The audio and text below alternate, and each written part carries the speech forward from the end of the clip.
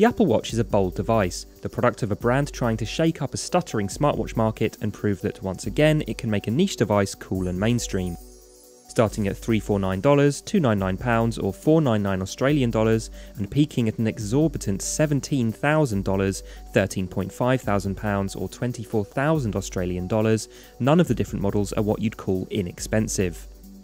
Is it worth it though? Beaming messages, mail and every iPhone notification to the always-on wrist gadget is certainly a convenience, made more so by the large number of apps available. Checking into a flight thanks to a wrist-mounted QR code sure beats scrambling for a phone or paper boarding pass. The size is just right too, with the 42mm Apple Watch fitting most wrists unobtrusively. An even smaller 38mm size is also available, though most people should opt for the bigger of the two. It offers better battery life and more usable touchscreen space, but does come at a higher cost. What feels strange is that there's really no point in comparing it to Android Wear at all. Nobody chooses a smartwatch first and then decides on which phone to go with it, meaning that if you've got an iPhone, Android Wear isn't even an option. So, do you need this watch? Missed texts and spam calls are less insufferable thanks to its ability to either pick up or dismiss these alerts in a tenth of a second, but simple features like that could just as easily be provided by a cheap Pebble model. So what else does the Apple Watch bring to the table? Custom watch faces are here, although only Apple ones, as third parties aren't permitted, which sucks, as well as new exclusive technology like the pressure-sensitive Force Touch touchscreen. There are also a large number of Apple Watch apps already, including the easy-to-use Apple Pay in the US and frequently used Uber car-hailing service. There are plenty of iPhone features that aren't carried over to the wrist though, so it's not a fully fledged iPhone replacement. It makes calls, but it can't add new contacts. It listens to dictated texts and sends them as an audio message or transcription, but it can't edit them. It tracks basic fitness goals, but it's not GPS enabled. It doesn't track sleep, and third-party workout apps require an iPhone close by.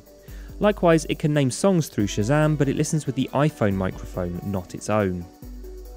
Having to carry a phone still is a weird disappointment to a lot of people who are missing the point of current smartwatches. The watch isn't big enough for watching YouTube videos on its tiny display size, and trying to comment on Facebook posts while pecking away on a teeny keyboard would be terrible.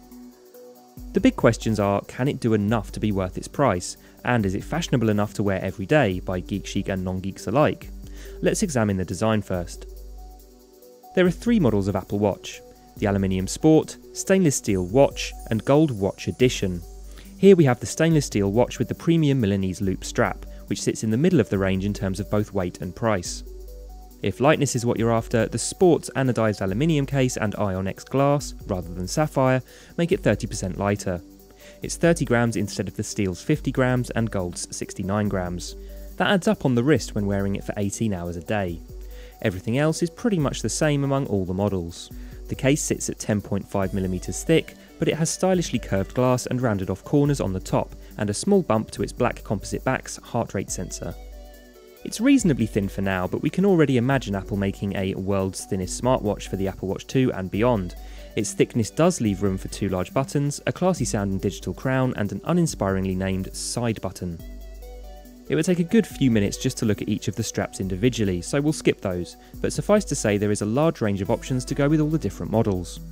Be careful though, some of them are as pricey as the watches themselves, so factor that into your budget when buying. Overall, the design of the Apple Watch is probably the biggest thing it's got going for it. Behind the Ion X or Sapphire glass sits a bright and colourful OLED at 290 or 302 ppi. It's the right screen tech for smartwatches, as OLED displays draw much less battery when showing a darker screen. Apple Watch is supposed to have 18 hours of battery life, which amounts to around a normal waking day.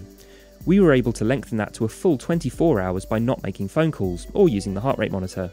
We think Apple deliberately downplayed the battery life of its watch to make sure it didn't get hit with angry users should the numbers not stack up. As developers get their hands on the watch and start making use of the inbuilt NFC or other sensors though, we'll inevitably find the battery life will drop faster as more apps start making a play for its reserves.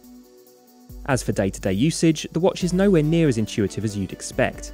The sudden flurry of notifications is welcomed, but you have to learn to bounce between three menus: Watch Face, App Launcher and Glances, and the methods of flicking between them don't feel natural. The interface relies on a mixture of directional swipes and button presses, but these are contextual depending on what screen or app you're currently in, whereas swipes up or down on an iPhone are pervasive. It may not contain all of the intricate gears of a Swiss watch, but it has a lot of moving parts to its software nonetheless. It takes a few days to learn and configure, but we feel as though the less interested iPhone audience should wait until it's further refined and more apps come to the store. The Apple Watch needs a headline feature, and while it doesn't really have it yet, beyond sending random pictures to other watch wearers, the apps that live on it are going to be the real reason to buy one. Sure, they're not there yet, but the inbuilt choices and first releases from third parties are pretty good already, meaning this is a device with a lot of potential. Apple's watch faces take advantage of the pressure-sensitive Force Touch display. Holding down on the glass with a bit of exertion zooms out of the current watch face and loads up a gallery of options. Utility has ended up being one favourite because it's simple yet fits in a ton of customisations. Apps, as opposed to watch faces, are open to developers. There are loads at launch, but the best Apple Watch apps are still those from Apple itself. The watch isn't a particularly visual experience and it's restricted by its 8GB of internal storage, with about 6GB available. You can tell your iPhone to shove some of your music playlists over to the watch, however the most you can have on there is 2GB, so this is no iPod replacement and is really only good for when you're out running. Third-party apps are hit or miss when it comes to design and performance. You can request a car with Uber, receive breaking news alerts from CNN and track a lost wallet with the Title app, but many of them are read-only. Instagram is here, but you can only see a few recent posts and comments are currently limited to emojis. Twitter, the New York Times and Night Plus Running made the jump to Apple Watch, but a number of other essential third-party apps are missing, at least in native form. This includes Facebook, Google Maps and the iOS Gmail app. Calling through an Apple Watch also isn't the most ideal way to talk to people, especially in a noisy environment. It sounds like a speakerphone with a little more static. Apple Watch isn't a fitness band, watch or fashion accessory, despite taking a bit from each of those camps. It's hard to define what it really is, which means that users may struggle to justify the purchase. Apple itself also isn't helping matters by not selling it properly into the health market. Apparently early tests to add in a stress sensor and blood pressure monitor failed, partly because of hairy arms, so the Apple Watch, at least the first gen, will be a cut down version of what it could have been. The very big problem we have with the Apple Watch when compared to a running watch is that it's far too basic to be considered a rival to a Garmin or Polar device, and for the new user it doesn't have any way of helping you get fitter. For example, if training for a marathon, the watch will ask how many calories you wish to burn, how far you'd like to go, or how long you'd like to run for, and then off you pop, with rings appearing to let you know how close to your goal you are. But that's it, and it's up to you to improve, with beating your best time /burn/distance being the only thing the Apple Watch will let you do. If this is for the beginner, then it should be giving you different workouts to keep things interesting, helping you progress to improved running power. GPS also isn't on board, so unless the phone is tethered, you won't get accurate data. You can use other apps here, but they won't work without the phone connected, which again makes them slightly redundant. All this leaves us feeling like the Apple Watch 3 will be a brilliant running watch, but for now, it's hard to recommend the watch as a fitness device unless all you want to do is be poked to stand up once in a while. So, what's the Apple Watch actually for?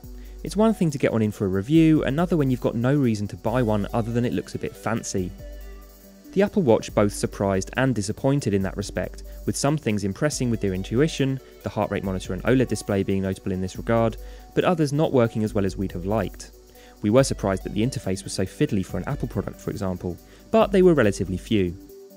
The overall look and feel of the Apple Watch, as with most products from Cupertino, is a major plus.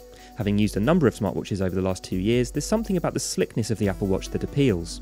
Yes, it doesn't do a huge amount right now, but no smartwatch does, and will undoubtedly see the rise of some killer third-party apps over the next year or two.